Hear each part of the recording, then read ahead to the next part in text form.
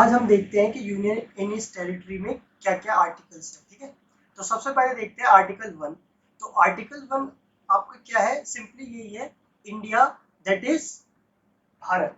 अब देखो यहाँ पर यही हुआ था कि भारत आपका ट्रेडिशनल नेम था, तो ऑब्वियसली भारत तो लिखना ही था। मगर कुछ मॉडर्न लोग वहाँ पे चाहते थे कि जो मॉडर्नाइज हो रहा था अपना नया बन रहा था, तो इसलिए इंडिया भी वो चाह रहे थे कि इंडिया भी हो। तो इसीलिए आर्टिकल 1 में जो लिखा गया है वो इंडिया दैट इज भारत लिखा गया है। ठीक है, India that is modern name and Bharat that is traditional name, तो इसलिए दोनों को रखा गया है। सेकेंड चीज आपके यहाँ पर है कि आपका आर्टिकल 1 आपको कहता है क्या कहता है, union of states, not federation of state. Just like कि अमेरिका में आप देखोगे वहां पे फेडरेशन ऑफ स्टेट्स है, ये इंडिया में यूनियन ऑफ स्टेट्स है। ठीक है, तो इसके पीछे आपको अम्बेडकर जी ने, doctor B are Ambedkar ji ने आपको दो रीजंस बताए थे कि आपका जो यूनियन ऑफ स्टेट्स क्यों है, फेडरेशन क्यों नहीं है। क्योंकि अमेरिका का जो फेडरेशन एग्रीमेंट के थ्रू हुआ है कि वहां पे जो स्टेट्स है वो आपस में एग्री की है, उन्होंने एग्रीमेंट साइन किया है जिसके थ्रू वो एक यूनाइटेड स्टेट्स ऑफ अमेरिका बनी है। ठीक है, इंडिया में ऐसा केस नहीं है।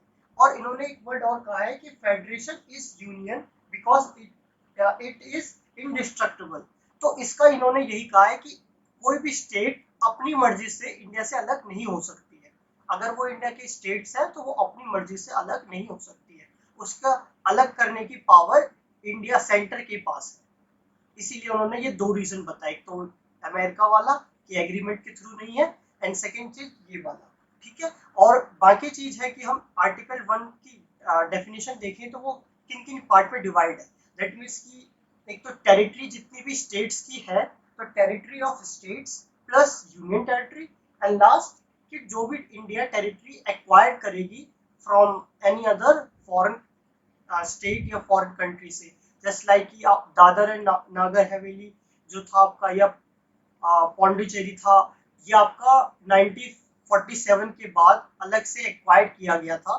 ठीक है, तो ये आपका एक्वायर टेरिटरीज थी। ठीक है, तो इसके थ्रू हम आर्टिकल 1 देखते हैं यहाँ पर। आर्टिकल नेक्स्ट आपका आर्टिकल 2 है, इसमें कि आप देख सकते हो कि इंडिया के पास गवर्नमेंट जिसमें सेंटर है उसके पास पावर होती है किसी भी एक बाहर के टेरिटरी को इंडिया में इंक्लूड करने की और उसको फिर एज अ न्यू स्टेट बनाने की। ठीक है, तो इसमें इंडिया ने 1974 में एक विथ अमेंडमेंट 35 सिक्किम को एसोसिएट स्टेट बनाया था, जिसमें कि आपका एसोसिएट स्टेट मेंशन नहीं था।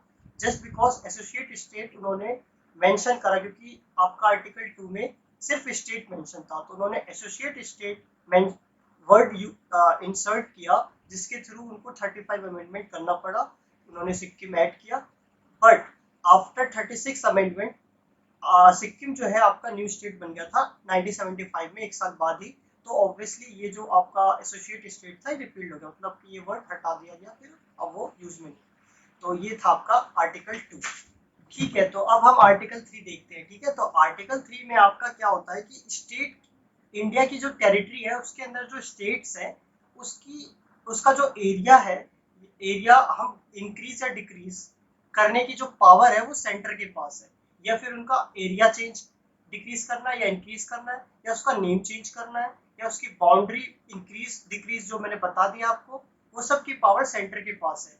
या फिर किसी भी कोई स्टेट हो उसको सेपरेट करके न्यू स्टेट बनाना है, या फिर कोई दो स्टेट्स या तीन स्टेट्स को कंबाइन करके कोई न्यू स्टेट बनाना है, या फिर आप कह सकते हो लास्ट की कोई भी टेरिटरी को इंक्लूड कर लेना है स्टेट के अंदर, तो वो सारी पावर आर्टिकल 3 के अकॉर्डिंग सेंटर के पास है। ठीक है, तो ये वर्क कैसे करता है वो मैं आपको एक्सप्लेन कर देता हूँ। तो इसमें देखो होता क्या है, लेट्स से कि आपका यहाँ पे पहले है आपका प्रेसिडेंट, फिर है आपका यहाँ पे पार्लियामेंट जो कि आपका सेंटर है, फिर यहाँ पर है आपका स्टेट लेजिस्लेटिव जिसको अपना कोई भी स्टेट से रिलेटेड दिक्कत है, क्योंकि ये आपका आर्टिकल 3 इंडियन टेरिटरी के लिए ही है, मतलब जो इंडियन टेरिटरी के अंदर स्टेट है उन्हीं के लिए है सिर्फ। तो आप यहाँ पे देखोगे स्टेट लेजिस्लेटिव को उनका व्यू मांगा जाता है, उनका व्यू जाता है प्रेसिडेंट के पास। अब उनका व्यू जो भी है एक स्पेसिफिक टाइम दिया जाता है, अगर वो स्पेसिफिक टाइम में देना चाहे तो दे दे, नहीं देना चाहे तो मत दे, प्रेसिडेंट को कोई फर्क ही नहीं पड़ता है, ठीक है। कहने का मतलब कि इनका व्यू सिर्फ मांगा जाता है, अब उसको वो प्रेसिडेंट एक्सेप्ट करे या अप्रूव करे या नहीं करे, वो प्रेसिडेंट के हाथ में। अगर वो चाहे प्रेसिडेंट कि भाई चलो भाई ये स्टेट फॉर्म करना है, जैसे लेट्स से कि मान लो तेलंगाना वाले ही थे, उन्होंने कहा कि हमें आंध्र प्रदेश से अलग होना है, ठीक है। अब वो प्रेसिडेंट के पास गया, पहले प्रेसिडेंट ने कहा भाई हम तुम्हारी अप्रूव नहीं करेंगे, फिर अगले 2-3 सालों बाद फिर कहा भाई चलो भाई हमें अलग कर दो, फिर प्रेसिडेंट ने इस बार मान लिया, ठीक है, क्योंकि मतलब उनको लगा कि भाई बहुत कंडीशन खराब है, मान लेनी चाहिए, उनको लगा, तो प्रेसिडेंट के पास पावर होती है यहाँ पर, ठीक है। इनका सिर्फ व्यू मांगते हैं। अब यहाँ पे प्रेसिडेंट जाता है पार्लियामेंट के पास, प्रेसिडेंट रिकमेंड करता है कि भाई यहाँ पर बना बना दो न्यू स्टेट, फिर ये पार्लियामेंट जो है ऑर्डिनरी लॉ के अकॉर्डिंग यहाँ पर जो भी स्टेट फॉर्म करना होता है या कुछ स्टेट रिगार्डिंग कुछ भी करना होता है आर्टिकल 3 के अकॉर्डिंग वो पार्लियामेंट कर देता है, ऑर्डिनरी लॉ के अकॉर्डिंग कोई भी अमेंडमेंट नहीं करना पड़ता है इसके लिए हमें। तो ये आप ध्यान रखना कि ऑर्डिनरी लॉ है, जैसा सिंपल लॉ होता है इसमें कोई भी अमेंडमेंट नहीं करना होता है, ठीक है। आर्टिकल 2 में अमेंडमेंट इसलिए करा था क्योंकि उसमें एसोसिएट स्टेट ऐड किया था, जस्ट बिकॉज इसी वजह से उसमें अमेंडमेंट हुआ था। तो ये था आपका आर्टिकल 3, ठीक है। तो आप इसमें देख रहे होंगे कि आर्टिकल 4 में सिर्फ मैंने आर्टिकल 2 एंड 3 लिखा है, इसका क्या मतलब है?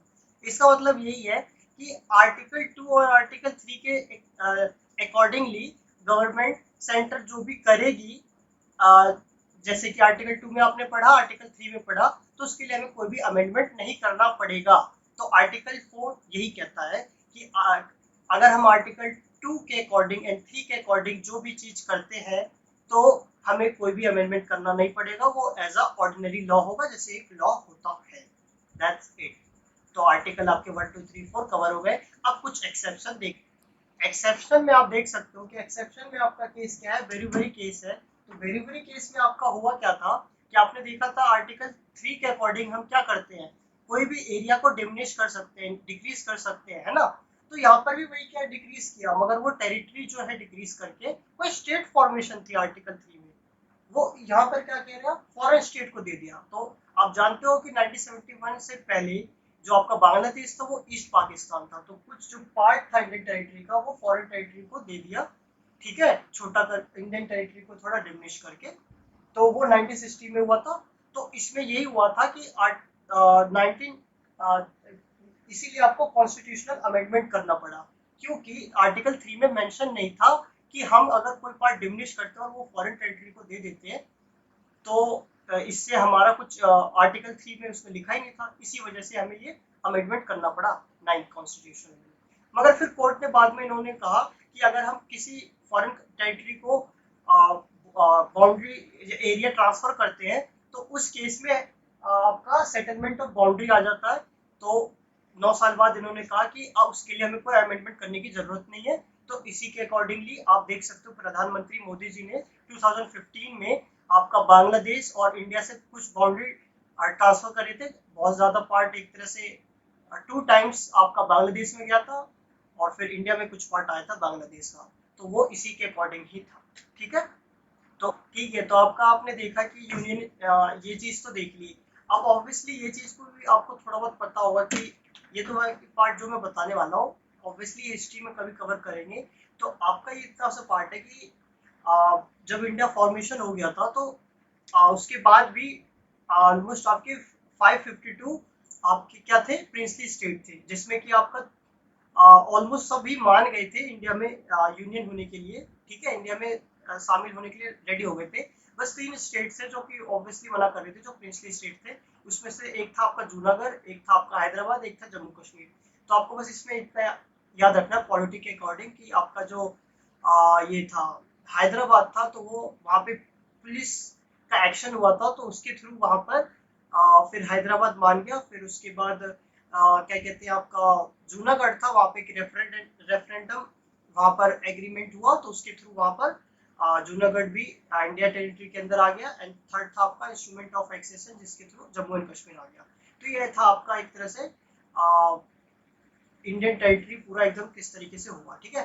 फिर नेक्स्ट आपका आता है इसमें इसके बाद कि जब इंडियन फॉर्मेशन हो गया तो उस टाइम पे इंडिया ने पार्ट कर दिया ए बी सी डी। तो इसमें आपके ए में आपके ये स्टेट्स थे, बी में ये थे, सी में ये थे, डी में ये थे। तो ए में जो था आपका गवर्नर जो था वो गवर्न करता था, वो एज अ हेड रहता था एक तरह से।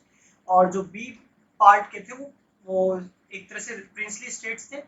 और सी में चीफ कमिश्नर रहते थे। और डी में आपका एक तरह से जो अंडमान एंड निकोबार है तो वो वाला पार्ट था जो कि ठीक है। और उसके बाद आप आ जाओ तो उसके बाद ये था कि 1953 के पास काफी लिंग्विस्टिक बेसिस पे, जो कि आप जानते हो मद्रास जो था पूरा आंध्र प्रदेश, तमिलनाडु और आपका ये अभी जो तेलंगाना है, ये तीनों पार्ट मिला के मद्रास था। तो वहाँ पे काफी विरोधाभास और बहुत ही आप कह लो कि बहुत प्रॉब्लम हो गई थी कि वो चाह रहे थे कि हमारा एक मद्रास से जो तमिल बोलने वाला था और दूसरा था तेलुगु, वो अलग अलग स्टेट बन जाए। तो वहां पर हुआ क्या, 1953 में इन्होंने एक कमेटी भी बनाई जिसमें कि जो मेन मेंबर थे जवाहरलाल नेहरू थे, वल्लभ भाई पटेल थे और एक वही साउथ के थे सीतारमन थे, सीतारमन पल्लवी करके कोई सीतारमन ही थे, ठीक है। तो इन तीनों ने मिलाकर कमेटी बनाई, मगर इस कमेटी का कुछ सुझाव पसंद नहीं आया, मतलब रिजेक्ट हो गया ये, ठीक है। फिर नेक्स्ट ऑब्वियसली इसके बाद आगे बढ़ता गया तो वहां पे हमें आंध्र प्रदेश और ये जो मद्रास बोलने वाला था उसको सेपरेट करना पड़ा, क्योंकि वहां पर एक पर्सन थे जिनका नाम था कोट्टे करके। उन्होंने 56 डेज तक स्ट्राइक किया, हंगर स्ट्राइक किया और उनकी डेथ हो गई। तो उसी की वजह से इंडिया को ये करना ही पड़ा, सेपरेट करना पड़ा, आंध्र प्रदेश बनाना पड़ा, ठीक है। इसके बिहाफ पे एक और कमेटी बैठी थी फैजल अली करके। तो उस कमेटी में ये बताया गया कि आप लिंग्विस्टिक बेसिस पे स्टेट को अलग कर दो, मगर ऐसा नहीं होना चाहिए कि जो लिंग्विस्टिक मेजोरिटी है वो डोमिनेट करे माइनॉरिटी जो भी वहां पर अगर लैंग्वेज बोलने वाली है तो। सेकेंड चीज उन्होंने कहा, ये जो एबीसीडी फॉर्मेशन आपने किया है स्टेट्स का, इसको हटा दो, इसके बेसिस पे स्टेट्स और यूनियन टेरिटरी बना दो। तो उसके बेसिस पे 14 स्टेट्स आपके एंड 6 यूनियन टेरिटरी आपके फॉर्म हुए थे। फिर अकॉर्डिंगली आपका टाइम पास होता गया। तो आप देख ही सकते हो कि यहाँ पर आपके किस किस टाइम पे कौन कौन से स्टेट फॉर्म हुए थे। तो यही है आपके स्टेट्स, आप इसमें देख सकते हो। Thank you.